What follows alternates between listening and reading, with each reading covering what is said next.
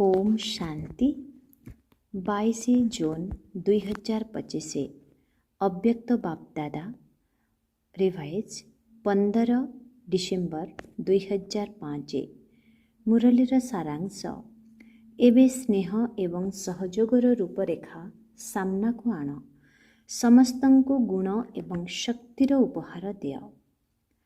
आज परमात्मा पिता निजर चारिआडर परमात्मा स्नेहर अधिकारी पिलामानंकु देखुछन्ति। एही परमात्मा स्नेह सारा विश्वरे कोटि कोटि आत्मांक भितरे काहाकु काहाकु ही प्राप्त होइथाए।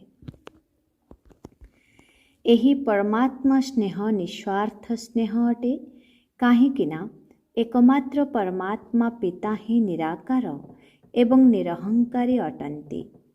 मनुष्य आत्मा शरीरधारी होइथिबा कारणरू कौनसी ना कौनसी स्वार्थर वशीभूत निश्चित होइथाए, किंतु केवल परमात्मा पिता ही निजर पिलामानंकु एही भली निस्वार्थ स्नेह देइथान्ते।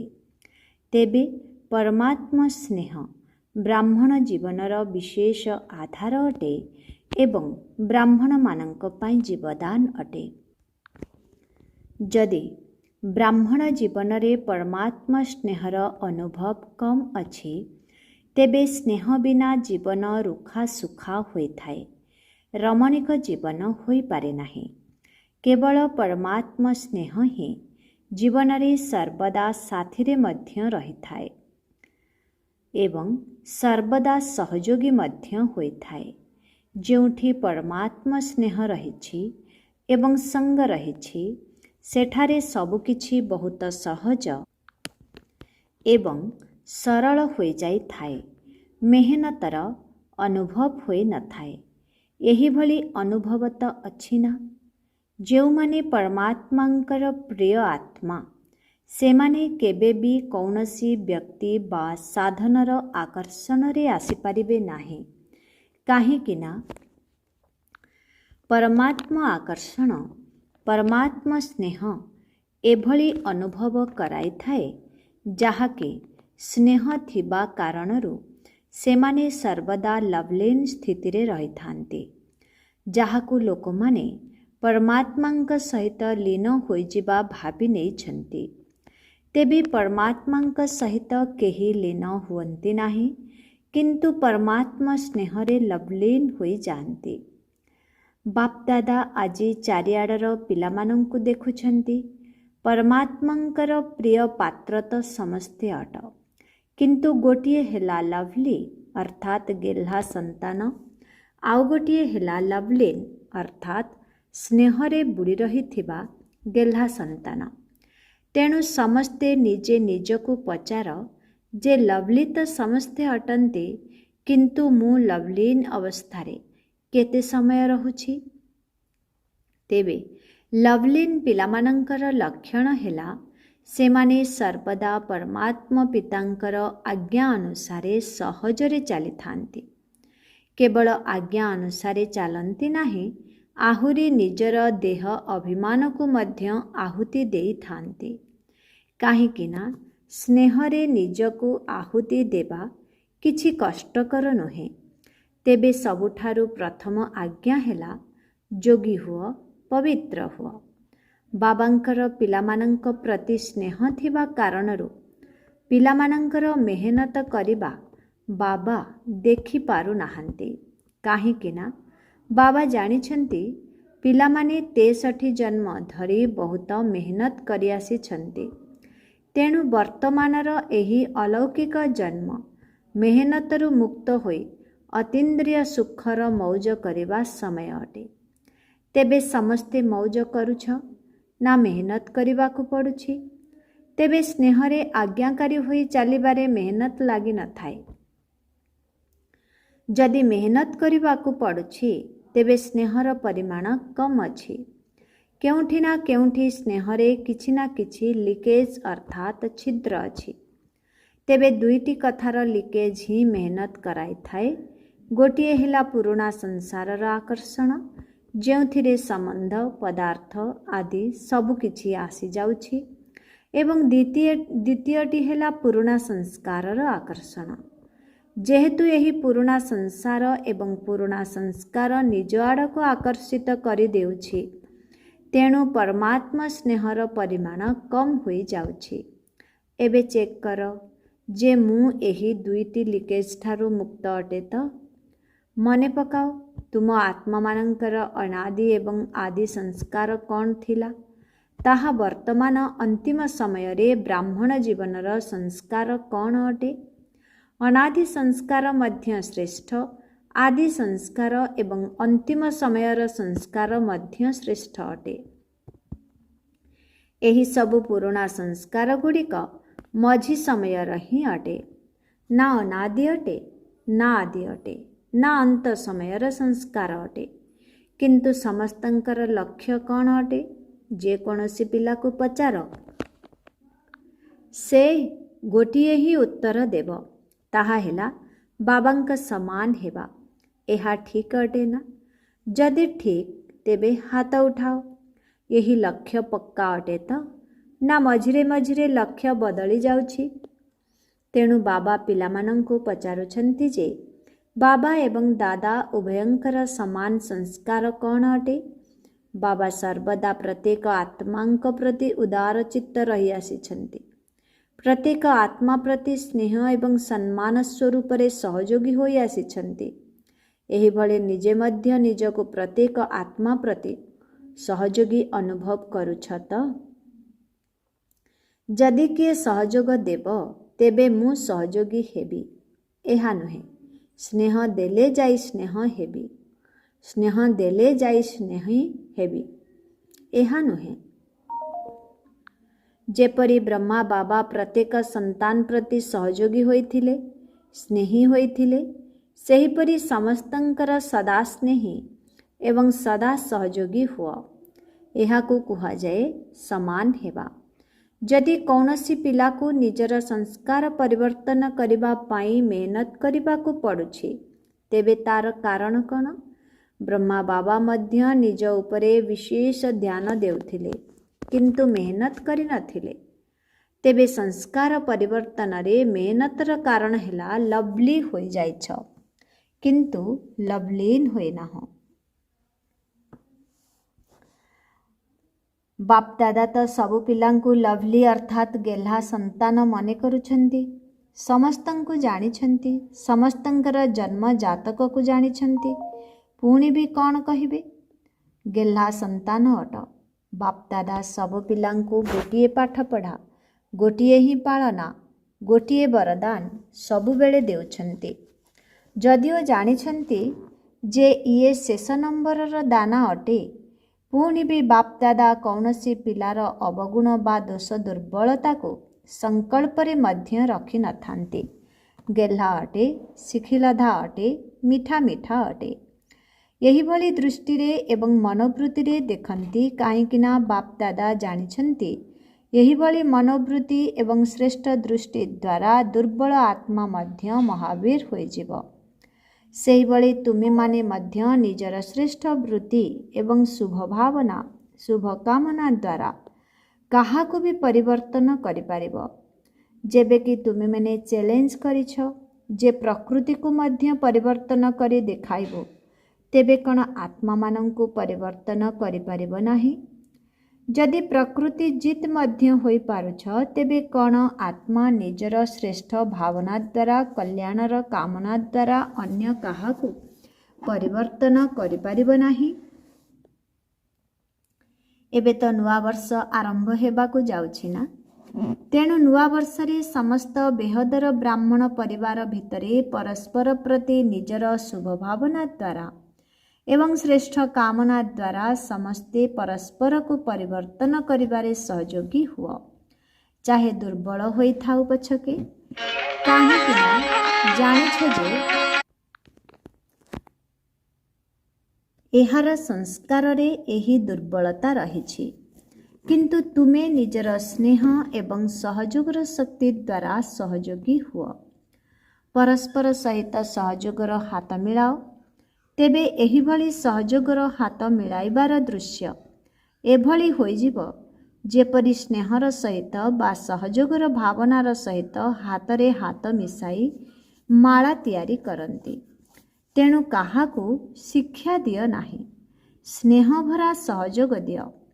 କାହାଠାରୁ ନିଆରା ହୁଅ ନାହିଁ କିମ୍ବା ଆଡ଼େଇ ହୁଅ ନାହିଁ, ବରଂ ସାହାରା ହୁଅ, କାହିଁକିନା ତୁମମାନଙ୍କର ସ୍ମାରକୀ ବିଜୟୀ ମାଳା ଅଟେ। ପ୍ରତ୍ୟେକ ଦାନା ଆଉ ଗୋଟିଏ ଦାନାର ସାଥୀ ସହଯୋଗୀ ଅଟନ୍ତି। ତେବେ ଯାଇ ମାଳାର ଚିତ୍ର ତିଆରି ହୋଇପାରିଛି। ତେବେ ସମସ୍ତେ ବାପଦାଦାଙ୍କୁ ପଚାରୁଛନ୍ତି ଯେ ଏହି ନୂତନ ବର୍ଷରେ ଆମକୁ କ'ଣ କରିବାର ଅଛି? ସନ୍ଦେଶ ଦେବାର କାର୍ଯ୍ୟ ତ ବହୁତ କରିଲଣି, କରୁଛ ମଧ୍ୟ ଏବଂ କରିଚାଲିଥିବ। ଏବେ ସନ୍ଦେଶ ବାହକମାନଙ୍କର ସହଯୋଗର ଏବଂ ସ୍ନେହର ରୂପରେଖା ବିଶ୍ୱ ସମ୍ମୁଖକୁ ଆଣ। ମହାଦାନୀ ହୁଅ, ନିଜର ଗୁଣଗୁଡ଼ିକର ସହଯୋଗୀ ହୁଅ ଏବଂ ଅନ୍ୟମାନଙ୍କୁ ମଧ୍ୟ ସହଯୋଗୀ କର। ଏହିଭଳି ନିଜର ଗୁଣଗୁଡ଼ିକର, ଏମିତି ତ ସବୁ ଗୁଣ ପରମାତ୍ମାଙ୍କର ହିଁ ଅଟେ। ପୁଣି ବି ଯେଉଁ ଗୁଣଗୁଡ଼ିକୁ ତୁମେମାନେ ନିଜ ଭିତରେ ଧାରଣ କରିଛ, ସେହି ଗୁଣର ଶକ୍ତି ଦ୍ୱାରା ସେମାନଙ୍କର ଦୁର୍ବଳତାକୁ ଦୂର କର। ଏହିଭଳି କରିପାରିବ ନା ମୁସ୍କିଲ ଅଟେ? ଟିଚରମାନେ କୁହ, କରିପାରିବ ତ? କରିପାରିବ ନା କରିବାକୁ ପଡ଼ିବ? କରିବାକୁ ହିଁ ପଡ଼ିବ। କେହି ଯେପରି ଦୁର୍ବଳ ନ ରୁହନ୍ତୁ, କାହିଁକିନା କୋଟିକ ଭିତରେ କେହି ଅଟନା। ଚାହେ ଶେଷ ଦାନା ବି ହୋଇଥାଉ, କିନ୍ତୁ କୋଟିକ ଭିତରେ କେହି ଅଟେନା। ତୁମମାନଙ୍କର ଉପାଧି ହେଉଛି ମାଷ୍ଟର ସର୍ବଶକ୍ତିବାନ। ତେଣୁ ସର୍ବଶକ୍ତିବାନର କର୍ତ୍ତବ୍ୟ କ'ଣ? ଶକ୍ତିର ଲେଣଦେଣ କରିବା। ତେଣୁ ବାବାଙ୍କ ଠାରୁ ମିଳିଥିବା ଗୁଣଗୁଡ଼ିକୁ ପରସ୍ପର ଭିତରେ ଦେବାନେବା କର। ଏହିଭଳି ସହଯୋଗର ଉପହାର ଜଣେ ଅନ୍ୟ ଜଣଙ୍କୁ ଦିଅ। ନୂଆ ବର୍ଷରେ ପରସ୍ପରକୁ ଉପହାର ଦେଇଥାନ୍ତି ନା? ତେଣୁ ଏହି ବର୍ଷ ପରସ୍ପରକୁ ଗୁଣର ଉପହାର ଦିଅ।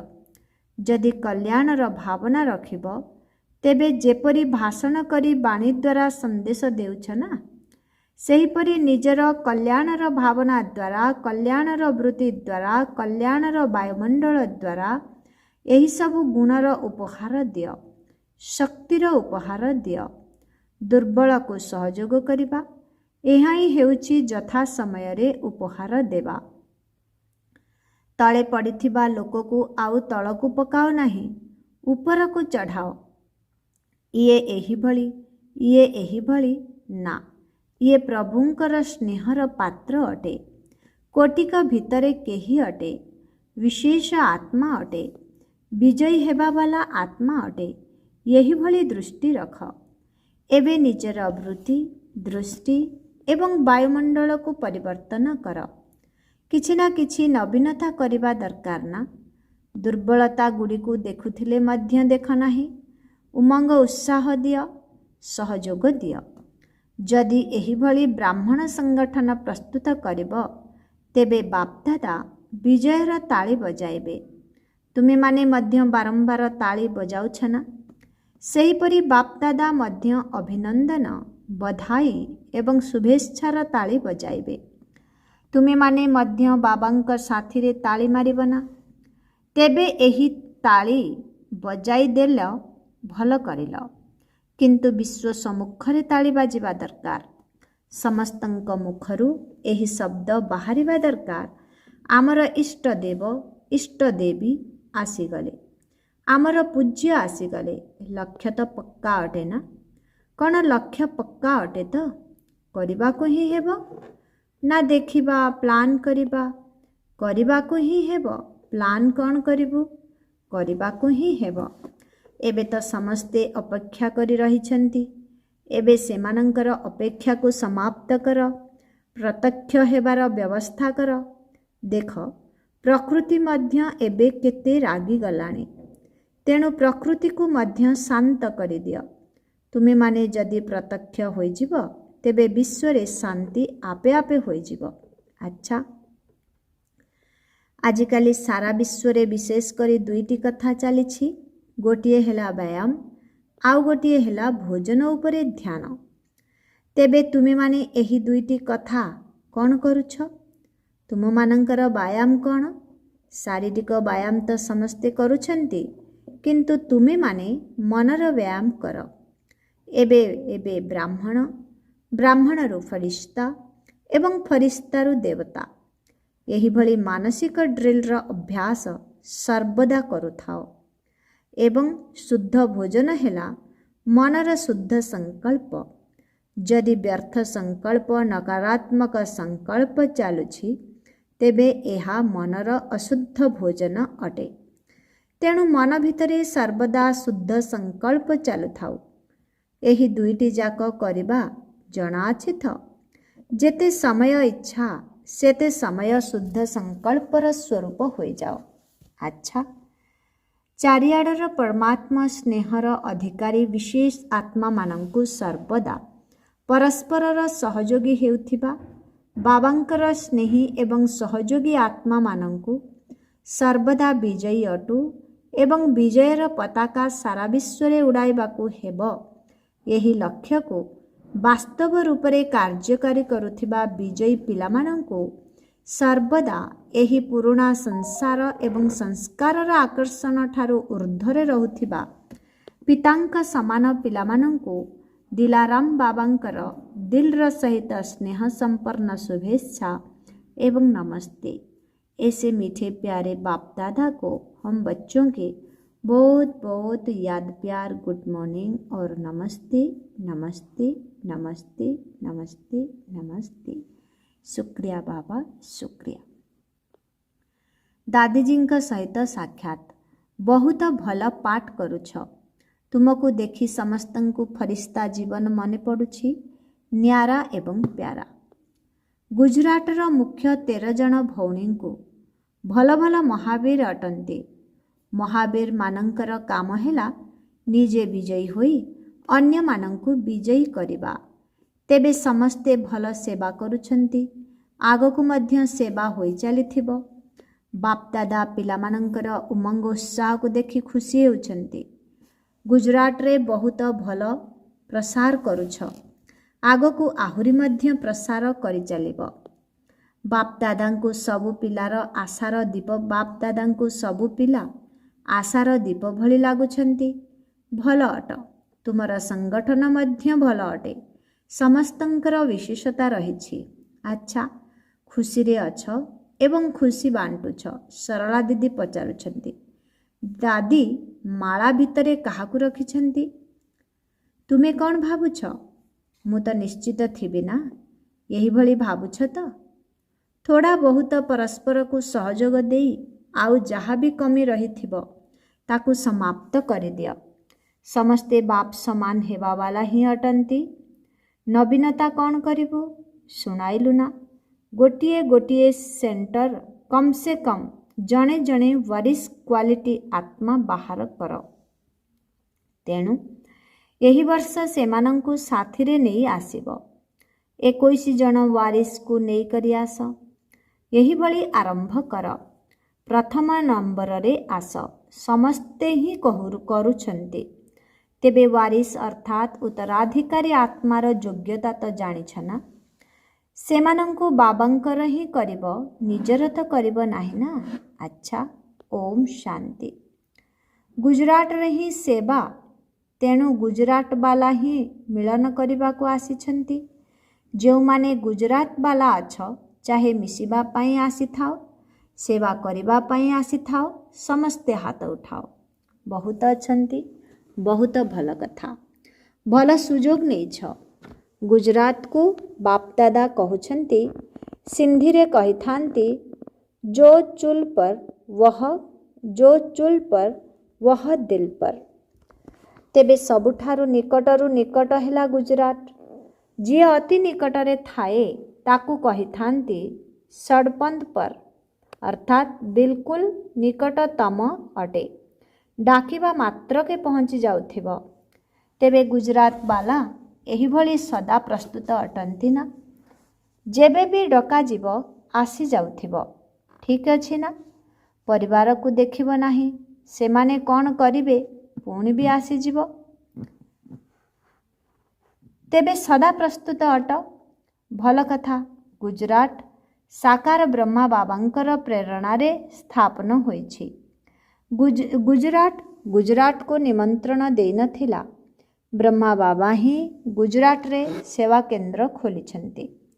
तेणु गुजरात उपरे विशेष करी ब्रह्मा बाबांकर दृष्टि पड़िछि। एहा छड़ा गुजरात पुरुषार्थ मध्य करिछि। भल भल सेंटर सबु खोलिछन्ति। केते सेंटर अछि? 300 सेवा केंद्र, उपसेवा केंद्र अछि एवं 3000 गीता पाठशाला अछि। अच्छा, सबुठारु अधिक सेंटर केउठारे अछि? मुंबई, महाराष्ट्रर। अच्छा, महाराष्ट्र वाला आसिछन्ति? आजि आसी नाहंती। गुजरात वाला सेवा तो बहुत करुछन्ति। गुजरातर विस्तार मध्य भल अछि। एबे कौन करिबो? विस्तार तो होई जाइछि, भल विस्तार मध्य करिछ। एबे गुजरात वाला नंबर 1 वारिस आत्मा बाहर करंतु। अति कम रे जो माने बड़ बड़ सेवा केंद्र सबु अछंती, जो माने पुराना वारिस सबु अछंती, से माने तो निश्चित अछंती, किंतु कौनसी नुआ वारिस बाहर कर। अच्छा ठीक अछि, जणे जणे तो बाहर कर, काहेकि ना मालार दाना सेही माने ही हेबे जो माने वारिस क्वालिटी होइथिबे। तेणु माला तो प्रस्तुत करने को पड़िबो ना। 16,108 माला मध्य रहिछि। एबे जदि बाप दादा कहिबे 108 माला तैयारी होई पारिबो? दादीजी कहिले होई पारिबो। प्रस्तुत अछ तो? 108 माला प्रस्तुत होई गलानी? हाँ बाबा, प्रस्तुत अछु। अच्छा, नाम लेखि देखाइब। जदि प्रस्तुत होई गलानी तेबे बहुत भल कथा, सेथिपाई अभिनंदन। अच्छा, 16,000 माला अधा पर्यंत होईछि, अधा ठारू मध्य अधिक होई जाइछि। भल कथा ना। देख, गुप्त रूपरे तैयारी हेउछि, किंतु तुमर दादी ताकू देखि नै छन्ति। भल कथा। एबे समस्ते तुमको पचारिबे जे मालरे मोर नाम अछि तो? भल कथा। यही भली शुभ भावना, शुभ आशा माला को प्रस्तुत कर देई थाए। एबे तो समस्ते सुनिल ना। निजे निजको चेक करिबो जे मु सेही मालारे रहिबा पाई सदा प्रस्तुत अटे तो? अच्छा, आउ कौन करिवार अछि? हार्ट पेशेंट मानकर कार्ड ग्रुप मध्य आसीछि। बहुत भल। यह मध्य प्रचार प्रसार करिवार बहुत भल साधन अटे, काहेकि ना वास्तविक प्रमाण देखुछन्ति ना। एहा छड़ा बिना खर्चरे केवल मेडिसिन द्वारा हार्ट रोग भल हेबा समस्तंकु बहुत भल लागुछि। एबे धीरे धीरे एहार वृद्धि करि चाल। शुणिबाकु मिलुछि पिलामाने मध्य करुछन्ति एवं सफलता मध्य मिलुछि एवं आगकु आहुरी मिलिबो। बाकी बाप दादा एही कार्य पाई निमित्त होइथिबा आत्मा मानंको अभिनंदन देउछन्ति। ऑफिशियल भावरे सरकारंक पाखरे मध्य समाचार पहुँचुछि एवं एही समाचार आगकु आहुरी अधिक व्यापी जीव। तेणु मेडिटेशन रो महत्व बढ़ी चली। तेणु मेडिटेशन रो महत्व बढ़ी चलिबो। बाकी बाप दादांकु एही विधि पसंद अटे। अच्छा, आजिर वरदान मनर मौन द्वारा सेवार नुआ नुआ उद्भावन बाहर करुथिबा सिद्धि स्वरूप आत्मा हुआ। प्रथमे प्रथमे जेपरी मौन व्रत रखिथिल, जहाद्वारा समस्ते बहुत फ्री रहुथिल एवं समय बंची जाउथिला, सेही भली एबे मनर मौन रख, जहाद्वारा व्यर्थ संकल्प आसीबो नाही। मुखर मौन व्रत रखिले जेपरी मुखरु शब्द बाहरे नाही, सेहीपरि व्यर्थ संकल्प मध्य उत्पन्न न हेउ, तेबे कुहाजिब मनर मौन। ताहा हेले समय मध्य बंची जीव। एही भली मनर मौन द्वारा सेवार एभली नुआ नुआ उद्भावन बाहरिब, जाहाकि साधना कम एवं सिद्धि अधिक मिलिब। जेपरि विज्ञानर साधन गोटिए सेकेंड रे विधि प्राप्त कराई देउछि, सेहीपरि एही शांतिर साधन द्वारा गोटिए सेकेंड रे विधि प्राप्त होई जीवो। अच्छा, आज स्लोगन जो माने निजे सर्वदा समर्पित स्थिति रे रही थांती, ସେମାନଙ୍କର ସହଯୋଗ ମଧ୍ୟ ସେମାନଙ୍କ ନିକଟରେ ସମର୍ପିତ ହୋଇଥାଏ। ଅବ୍ୟକ୍ତ ଇଶାରା ଆତ୍ମିକ ସ୍ଥିତିରେ ରହିବାର ଅଭ୍ୟାସ କର ଏବଂ ଅନ୍ତର୍ମୁଖୀ ହୁଅ। ଅନେକ ପ୍ରକାରର ବ୍ୟକ୍ତି ବସ୍ତୁ ତଥା ଅନେକ ପ୍ରକାରର ବୈଭବର ସମ୍ପର୍କରେ ଆସୁଥିଲେ ମଧ୍ୟ ଆତ୍ମିକ ଭାବ ଏବଂ ଅନାସକ୍ତ ଭାବକୁ ଧାରଣ କର। ଏହିସବୁ ବୈଭବ ଏବଂ ବସ୍ତୁଗୁଡ଼ିକ ଅନାସକ୍ତ ଆତ୍ମା ନିକଟରେ ଦାସୀ ରୂପରେ ଉପସ୍ଥିତ ରହିଥାନ୍ତି ଏବଂ ଆସକ୍ତ ଭାବବାଲା ଆତ୍ମା ନିକଟରେ ଚୁମ୍ବକ ଭଳି ଆକର୍ଷିତ କରିଥାନ୍ତି। ଓମ୍ ଶାନ୍ତି।